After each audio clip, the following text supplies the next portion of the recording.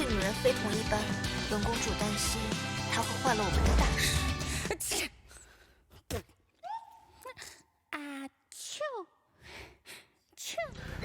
Welcome back to my corner of YouTube. Today, we're gonna go ahead and actually do our Vernon Hill review. You know what that means. It's those shows that I go ahead and actually ask. The Vernon can. Did you miss me? That's right. Did you miss it? It's quite possible that you did. This is a show called My Uncanny Destiny. Premiered on Prime Video on February of 2023. Has 24 episodes to it, roughly about 30 minutes apiece. Now this is filmed in Asia. It is in Mandarin, but it's subtitled in English. Now this is a romance, comedy, and a little bit of fantasy in there. In combo, the story and styling is like a cross of Overboard meets Crouching Tiger, Hidden Dragon with a kung fu hustle type of comedy. That's what I'm going to blend it with. I know it sounds crazy, but let me give you the story. Now, when I give you this story, please keep in mind my pronunciation. If you've been on my channel at all, you know I'm horrible at non-North American names. I apologize ahead of time. I will attempt to enunciate or put spellings on there, what have you, so I apologize up front. It was a bad plan. You planned things badly. But let's get to the story. For generations, the two cities of Muji and Zhuyi have fought each other, always trying to conquer the other. The old city owner of Muji had only one daughter, Yi Zhaonan, whose gender he secretly concealed so she could one day inherit. From an early age, Zhaonan was disguised as a boy until one day when she fell off a cliff and met Lu Zhuangming, the Lord of Zhuyi City, and started a wonderful destiny. So that's the storyline here. Again, name's not my thing, apologize. But you can go ahead and actually see here that we are trying to go ahead and actually we have one city here, one city here. One is going to actually raise an heir that was supposed to be a boy, wasn't a boy, concealed it to be a girl. And over here we actually have a boy that's rose into king. These are the two people that are risen. They happen to go and actually meet, and some things happen. Now let me give you my slant on this, okay? Romance is not my thing. Comedy is subjective, but over the top comedy usually isn't my thing. I do like historical Chinese stories like The Last Emperor or fantasy films like Hero, so I like those, but overall this genre is not my typical thing. So I'm taking everything into account. I'm gonna go ahead and actually attack this as I'm a casual in this world.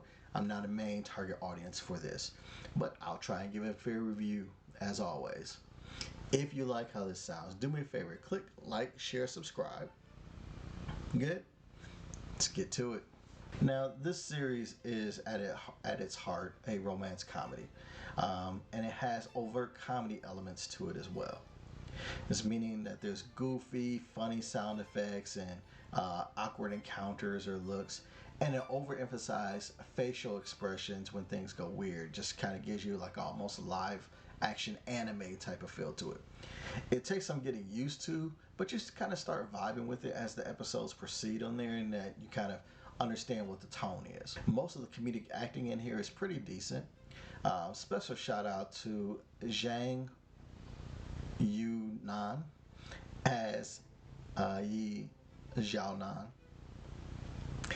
as the princess who has to pretend to be a man, and she plays that to the hill, and there's some hilarious laughs in there. She tries to avoid the betrothed wife for a few months that she's been with, so she actually married someone that was betrothed to her, and for like the last few months of their marriage, been trying to go and actually avoid her because that bride is trying to consummate the marriage. So that's kind of funny. At the end of the very first episode, she loses her memory, and she's a woman in the city of her sworn enemy, and she's attracted to the head of that city. Of course, this is supposed to create chaos because of them being attracted, there's sworn enemies, all that kind of stuff. She's bonked her head, all that kind of stuff. And then the other aspect of it, if there wasn't just enough things going on in this series, there's assassins out to kill her as the presumed male leader of her city. So they think that she's king, but they're like, hey, somebody wants to seize power and they're out to kill her.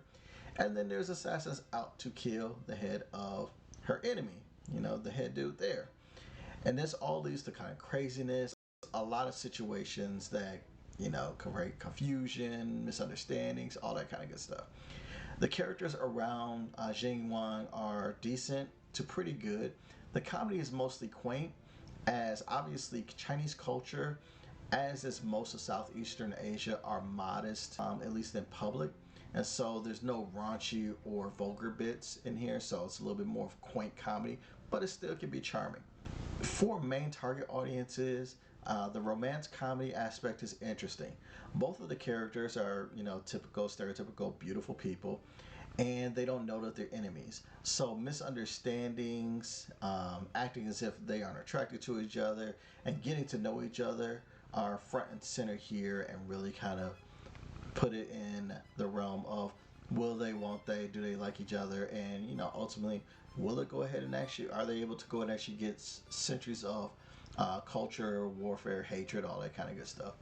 And the two actors seem to play off each other pretty well, and it's a pretty decent match. And those are my thoughts on My Uncanny Destiny.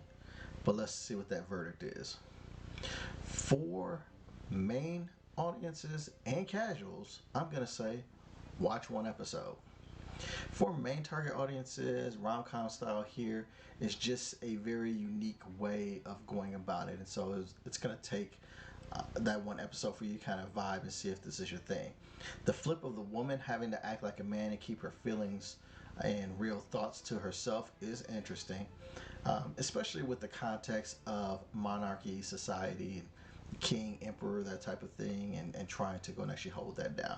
We've seen that in other films, usually in dramatic roles. Here we got a comedy going on with a romance element to it. And both of the actors looking good and all that kind of stuff kind of helps with the whole rom-com thing. For casuals, there's some goofy comedy. There's at least one highly edited action sequence that's kind of like a fight thing. There may be more of those in the series, I'm not entirely sure, but the one that they show, it's okay.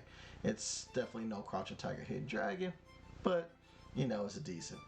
And there's some hilarious facial expressions that at least make one episode worthy, that you could just go and actually crack up at, like just the absurdity and all that kind of stuff. And if it turns out that you like this, you may actually have 24 episodes to binge. So again, both my main target audience and casual viewers, give this a one episode watch and see if you go ahead and actually like My Uncanny Destiny on Prime Video. Check it out. 我可不是什么官三妹，姑乃木樨城主叶昭南。 Thank you for staying for the entire video. I appreciate you. Since you went and actually did that, you might as well click like, share, subscribe, or even watch one of these other videos that YouTube thinks that you might like of mine. But until the next time, I'll holla at you. Take care of yourself.